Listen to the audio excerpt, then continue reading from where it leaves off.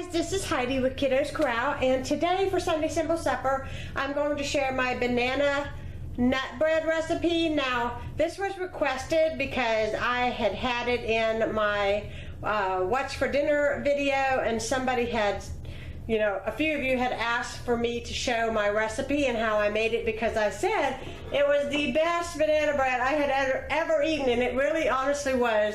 And I'm just going to share with you the couple changes that I did. The first change that I did was I greased the pans with coconut oil. And that is the first thing that you want to do.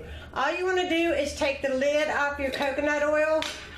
Now, depending where you live, where I live, the coconut oil is sort of in a solid state. I know if you're in Hawaii, a lot of times, where it's warmer climate, or Florida, a lot of times the coconut oil is in a more of a liquid state. You're going to hear my son come in. It's Sunday here, and there's everybody's at home right now, so if you hear any doors open and shut. And also too, I want to apologize firsthand, because I noticed in some of my videos there's a roaring sound that I've never noticed before. But what it is it's 106 degrees here, and my air unit in my house actually has to run more frequently, and that's why it's not as noticeable in my other videos as it is in the recent ones, because it's had to work double time to keep up. Plus also too, I've had a fan running, and you may be able to hear it even though it's not really super loud. My camera is very, very sensitive to sound throughout the house. So the first thing you want to do, like I said, sometimes it's in a solid, sometimes it's in a liquid, depending on where you live, but honestly it doesn't matter. It's just like shortening, really. And you can tell that it's pretty warm here, because usually this is like solid, and today it's not quite solid. So all you want to do is just take your hand, of course my hands have been washed, and you just want to work that coconut oil all through the inside of your pan.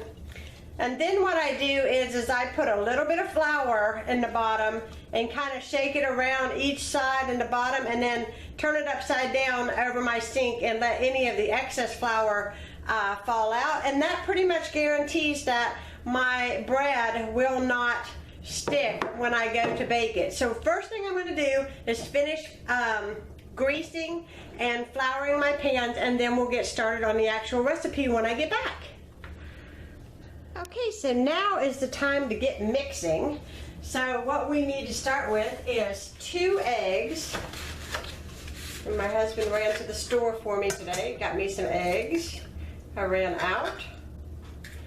So we got 2 eggs.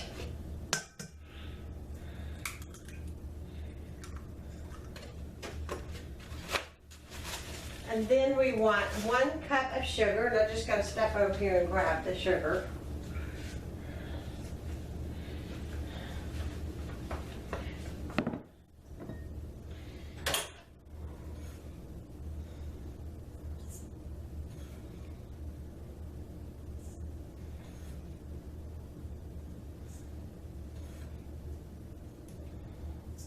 Okay, that's 1 cup. And I'm going to go ahead and I'm going to start mixing this a little bit.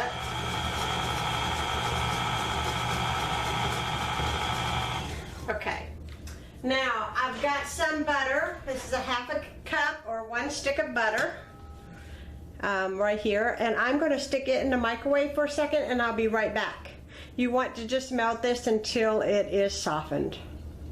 Okay, I've got my butter ready, and I'm just going to pour it in there. I kind of got it a little too melted, but that's okay. So I'll go in the same place. I'm going to get my spatula here. I'm going to make sure I get all this butter in here. Okay, and then the next thing that you want to add to the mix is 3 eggs. Now, my second secret to when I made the perfect banana bread was that I made sure that the mixer ran longer and broke these bananas up very, very well. I think sometimes I have a tendency to be very impatient, and you know, it just doesn't quite get it mixed up like it ought to sometimes, I guess. So I'm gonna add 3 bananas, and these are very ripe. You can tell by how brown they are on the outside.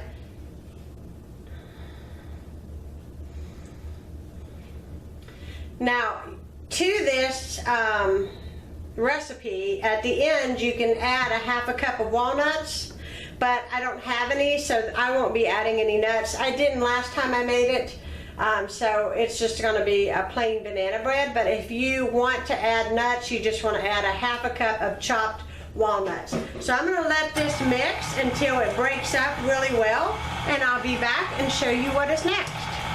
Okay, now that that has beat for a couple minutes, I want to go ahead and add my self-rising flour. Not all-purpose flour, not bread flour, self-rising flour. It's very important that you don't get that confused. And you want to add 2 cups. I have a 4th cup measuring cup, so it's going to be 8 of these.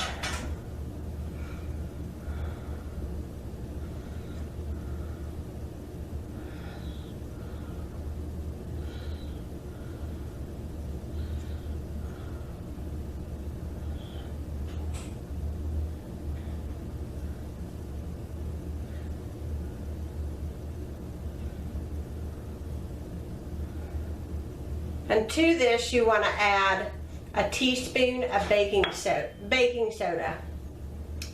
Wanted to make sure I said baking soda and not baking powder, or I'd be getting some comments from you guys telling me I got it wrong. Okay, I'm just now going to let this all combine really, really well, and I'll be back.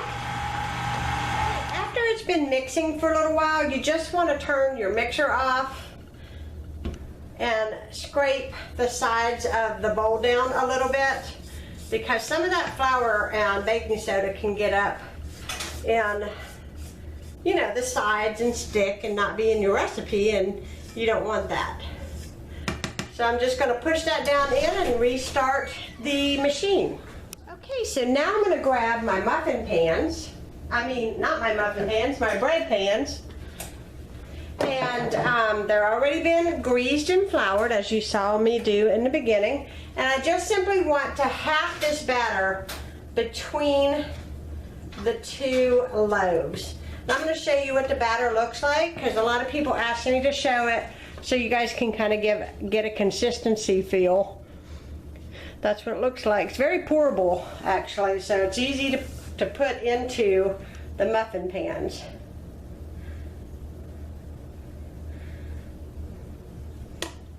So I just do a little bit at a time and just make sure I get it pretty even, distributed between the 2 loaf pans.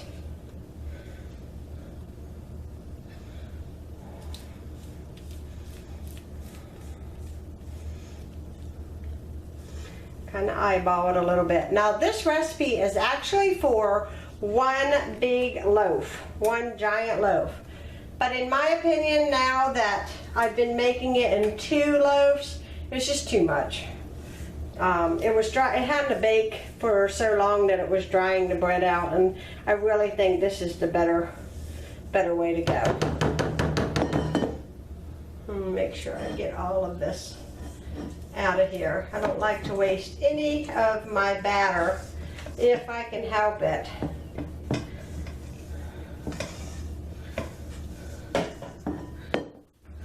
I just use my finger to get it off the spatula. And then I'm going to rinse my hand here for a second. There we go. And what I like to do is I like to take the muffin pan and just kind of, you know, shake it a little bit, make sure it's all down. And I'm going to put these in the oven on 350 degrees for 35 minutes, or until a toothpick comes out clean. So I will be back when they are done. Okay guys, I just took the banana breads out of the oven. They are scalding hot and my entire home smells delightful. But I just let them rest in the pan for about 10 minutes. And then I turn them over and I put them on a wire rack or usually on top of wax paper and let them cool completely. And then you definitely want to wrap them up and put them in the refrigerator, or you can serve them right now if you wanted to. So I hope y'all enjoyed this Sunday Simple Supper, and for those of you that requested this recipe, let me be the first to say thank you for your request. I am willing to share any of the items that I make on a weekly basis. So if you all see anything else that you would like me to share, please don't hesitate to send me a comment and let me know what you would like to see. So if you haven't subscribed, subscribe to my channel and give me a thumbs up on this video, and I will be talking to you guys next Sunday. Bye.